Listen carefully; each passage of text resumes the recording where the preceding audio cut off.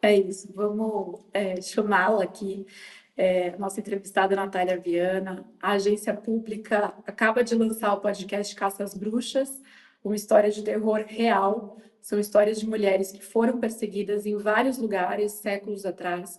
Para contar para a gente sobre o primeiro episódio e sobre esse podcast, a gente chamou a Natália aqui para falar um pouquinho mais. Bom dia, Natália. Bom dia. Obrigada por me Olá. receberem aqui. Eu já tô louca para palpitar sobre a Operação do Rio, mas eu vou ficar quieta. Não, eu vou te dizer, não vai conseguir ficar quieta, não. Eu vou te perguntar depois da gente falar do podcast. Bom dia, querida. Muito bom ter você aqui com a gente. A gente receberia a Natália no Halloween, no dia 31, seria o dia perfeito para a gente falar do podcast. Foi a data de lançamento do podcast Caça às Bruxas, da agência pública. Mas o noticiário da semana passada estava tão pesado com a Operação do Rio que a gente pediu a Natália para ser hoje. E a gente conseguir separar um pouco as duas conversas. Natália, eu fiquei muito curioso lendo sobre o podcast. Eu consegui ouvir quase metade do primeiro episódio, parei para continuar hoje. Fiquei curioso de saber como é que começou. Conta aqui, por favor, como é que começou a tua relação com o tema. Explica também um pouco mais sobre o projeto, por favor. Então, Gui, eu comecei a pesquisar esse assunto quando eu estava nos Estados Unidos. Eu estava morando lá em 2021 e eu conheci uma mulher que é descendente de uma das mulheres que foi julgada, né, como bruxa no século XVI. Esse é um movimento acontecendo em vários lugares, na verdade, das descendentes dessas mulheres buscarem elucidar como é que foram esses julgamentos e explicar um pouco para a sociedade atual o que acontecia. Porque os julgamentos de bruxas, eles foram julgamentos feitos pelo Estado. Eles eram procedimentos legais, tinha juiz, tinha defesa, tinha testemunhas de acusação. E aí, como eu estava nos Estados Unidos, eu consegui ter acesso a esses documentos em um caso que é muito notório, que é o caso das bruxas de Salem. Todo mundo já ouviu falar das bruxas de Salem, né? Tem filme de Hollywood, etc. Mas foi um processo legal, um processo judicial em que mulheres foram formalmente acusadas de serem bruxas. Houve acusadores que davam provas contra elas, né? Testemunhos, provas físicas, que aí eu vou explicar um pouquinho melhor. E eu soube, depois da publicação do primeiro episódio, que aqui nas faculdades de Direito as pessoas estudam muito a caça às bruxas, porque foi um procedimento legal que na época era reconhecido como absolutamente racional, absolutamente é, aceitável, né? No fundo, fazendo a relação entre as duas coisas, é uma prova de que o Estado, né, em muitos momentos da história, mesmo absolutamente equivocado, tem o poder de decidir quem morre e quem vive, né? E, portanto, torna também essa conversa atual, né? É terrivelmente atual, né? Para o estudo do feminismo, a caça às bruxas é um momento muito estudado e muito debatido, porque tem algumas pensadoras, principalmente a Silvia Federici, que explica que a caça às bruxas foi fundamental para você ter, dentro do capitalismo, dentro do estágio atual do capitalismo, a colocação das mulheres naquela esfera doméstica, a bela recatada e do lar, né? Tem uma relação entre essas duas coisas, é por isso que eu resolvi investigar. E, Natália, antes da gente continuar, a gente separou um trechinho do podcast para tocar aqui. Coloca aí para gente, Lucas, por favor. Você já deve ter ouvido falar nas bruxas de Salem ou em outras histórias de caça às bruxas. Aquelas perseguições a mulheres que aconteceram em vários lugares entre os séculos 17 e 18. O que talvez você não saiba é que esses processos seguiram os ritos da lei. Havia juízes, testemunhas e tribunais formalizados.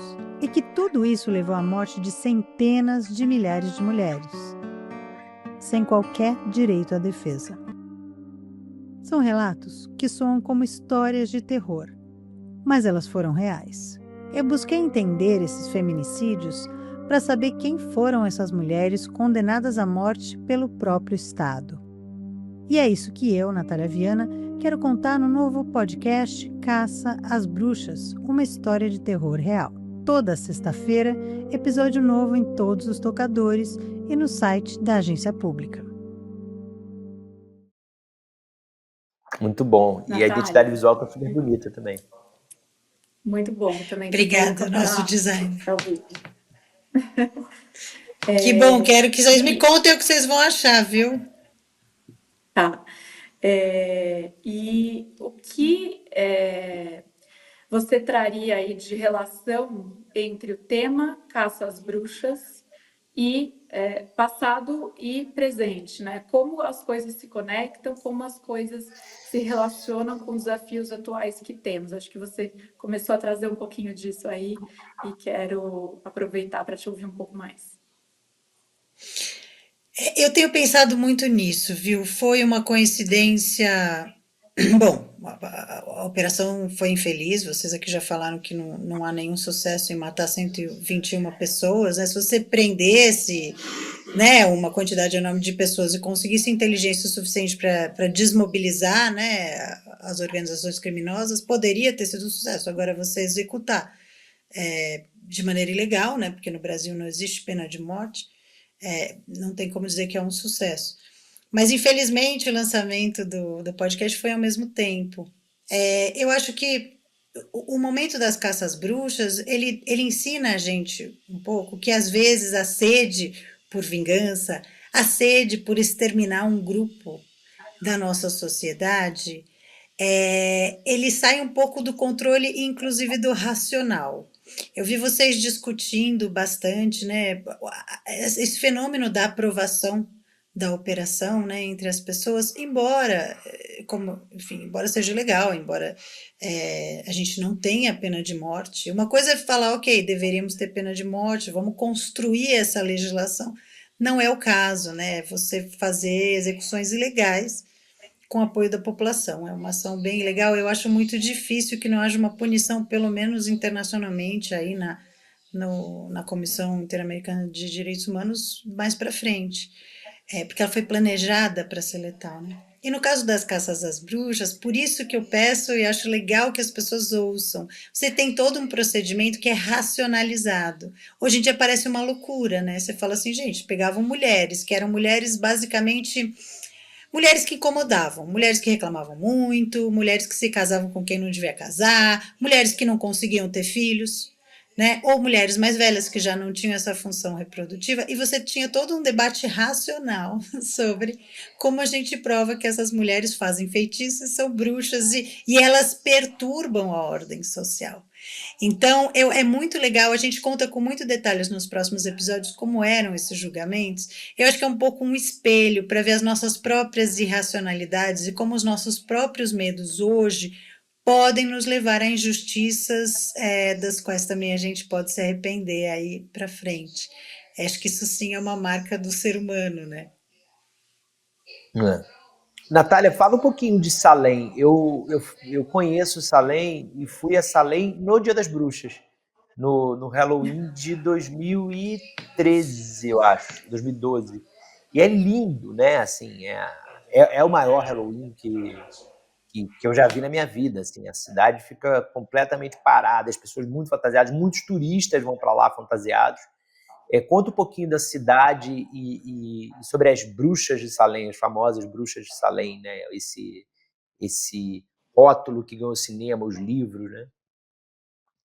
Que ótimo que você foi para lá. A gente foi para lá também. Eu fui para lá várias vezes, porque fui para lá para tentar obter os documentos da época dos julgamentos, também visitar o museu e entender como é que funcionaram esses julgamentos. Salem é uma cidade norte-americana, que é onde tem o principal Halloween e é onde ocorreram esses julgamentos. Todo Halloween, que é dia 31 de outubro, a cidade fica tomada com gente fantasia. Parece um carnaval, né, Guilherme? É muito interessante, mas, por outro lado, o que tornou a cidade famosa foi justamente esses julgamentos. Foi um episódio em que a vila de Salem e outras vilas ao lado começaram a acusar mais de 120 pessoas de estarem praticando bruxaria. E aí, o que eles faziam? morria um porco, morria um gado, morria uma galinha, de uma maneira que ninguém conseguia explicar, falavam que era culpa das bruxas. E tem um fenômeno que hoje em dia acontece muito também, que é quando isso começa a ser aceito pelo procedimento legal, judicial, você tem juízes que vêm de Boston para começar a julgar essas pessoas, vira uma caça às bruxas mesmo na acepção que a gente usa hoje. O que acontece? Vizinho que não gosta de vizinho começa a denunciar. Você tem uma pessoa que você não gosta, você começa a denunciar aquela pessoa. É a famosa caça às bruxas. Então, toda a comunidade começa a acusar uns aos outros, sem prova, sem qualquer explicação, de serem bruxos. E aí o que acontece? As pessoas mais pobres vão sendo rapidamente enviadas à prisão, prisões horrorosas naquela época. E alguns mais ricos, inclusive, conseguem fugir, né? Acho que é uma história bem contemporânea, na verdade, embora seja de 1692. E a cidade de Salem hoje, apesar de ter esse passado, que é um passado muito tenebroso e muito bem estudado nos Estados Unidos, ela transforma isso numa grande festa, que é a festa do Halloween. Então você tem também, aí eu devo dar a minha provocada pessoal, porque foi um feminicídio contra centenas de milhares de mulheres, ou pelo menos dezenas de milhares, que até hoje é tratado como brincadeira. Então, até hoje você tem fotos de bruxas, de mulheres mais velhas, todo mundo se fantasia. É uma coisa bastante grotesca. Se você observa que nós estamos falando de dezenas de milhares de mulheres que foram mortas apenas por não se enquadrarem aos padrões sociais. Eu, como sou uma mulher que provavelmente seria enforcada como bruxa naquela época, achei que caberia a mim mostrar um pouco dessa dicotomia entre a nossa festa, em que todo mundo se veste de bruxa, e a realidade que aconteceu ali. Eu queria contar a história dessas mulheres, né? Não, com certeza. É incômodo, né, pensar nisso, né? Virar uma história que é uma história de... deveria ser de vergonha, né? E aí acaba sendo tratada nesse campo aí da anedota, digamos assim. Mas, Natália, quais foram, assim, os maiores desafios para você na realização desse podcast? Que eu sei que você teve que traduzir documentos aí de 1690, né? Ou seja, assim, quais foram as dificuldades em acessar esse material? Enfim, o que foi desafiador para você na elaboração desse podcast? Eu acho que principalmente, assim, tem muitos livros escritos sobre o tema, só que os documentos originais, eles estavam disponíveis numa biblioteca, que eu tive que ir até essa biblioteca, um lugar bem distante, e lá nos Estados Unidos não tem muito transporte público, não sei se vocês sabem disso, mas assim, eu tive que pegar um carro, depois eu fiquei perdida no meio da biblioteca, não tinha como sair de lá, tive que obter uma carona e tal. Mas eu tive um acesso bastante fácil. Tem um outro acesso para quem quiser pesquisar, a maioria desses documentos estão digitalizados e estão online. Mas, principalmente, é muito difícil você ler aqueles relatos, que são relatos que parecem muito surreais.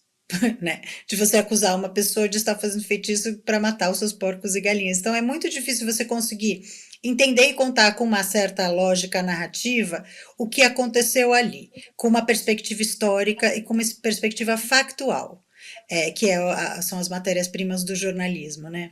Além disso, é óbvio, você não consegue entrevistar uma pessoa que foi vítima da perseguição às bruxas no século XVI, e também há muito poucas fontes aqui no Brasil sobre isso, embora tenha havido também caça às bruxas no Brasil, algo que daqui para frente eu vou aprofundar. Então, também isso foi uma dificuldade. A gente tomou uma opção que até já teve um ouvinte reclamando, porque eu entrevistei um guia turístico que é historiador, que é um cara muito bacana, chama Chan, e a gente pegou a voz dele e traduziu com IA para a voz, com inteligência artificial, né, para a voz dele falar em português. Ele adorou, mas o nosso leitor falou: olha, se tem IA, eu tô fora. Eu tenho que defender aí as nossas opções, porque é isso, a gente precisa de entrevista, né? A gente precisa de matéria, de gente falando, e é muito difícil quando todo mundo morreu ali em 1600, né?